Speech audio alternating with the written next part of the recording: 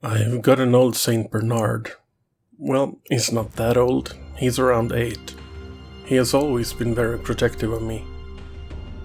I'm not a big man. I'm like 5'4", 120 pounds soaking wet. When we've been out on walks and someone acted just a little bit hostile towards me, he parked himself between me and the other person and growled a low growl. They always backed off. His name is Edward, or Ed for short. There was one time, a few years back, I slipped on ice and fell backwards, getting knocked out in the process.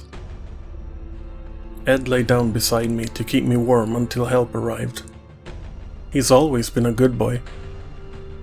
The nurses at the hospital told me that he truly acted like a guardian, and he sure has been for as long as I've had him. A few weeks ago he started walking around the house, letting out breathy chuffs. It was always toward the corners, especially when it was dark outside. He kept staring and I asked him what he saw.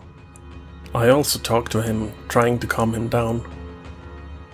I couldn't see anything in the corners, so I was a bit confused. 2 nights ago, he stopped sleeping in my room. He simply sat down at the door and stared at the corner opposite my bed. There was nothing there, but he let out a few deep barks and growled as he had done over the last few weeks. I was starting to get a little bit nervous now. Had someone entered my house, hiding out of sight?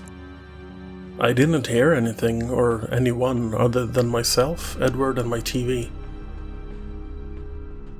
Last night he still didn't want to enter my bedroom. Again, he just sat by the door and stared into my room. However, this time he stared in the corner behind my bed. I had chills running down my spine. There was nothing or no one there. He growled a bit louder and barked more aggressively. I slept on the couch instead of my bed. Today he walked into my bedroom. He didn't hesitate, didn't growl, didn't bark. He just walked in. I figured everything was fine, so tonight I went to bed and fell asleep. I woke up with a jolt at 3:33 a.m. As I opened my eyes, Edward sat next to my bed. I was kind of surprised. I said, "Hey buddy, what are you doing?" I was shocked as he started growling again. The difference, however, was that this time he didn't stare into the corner opposite my bed.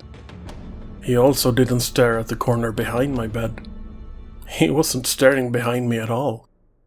He was staring directly at me. Trust me, this is the worst of them. They only get better from here.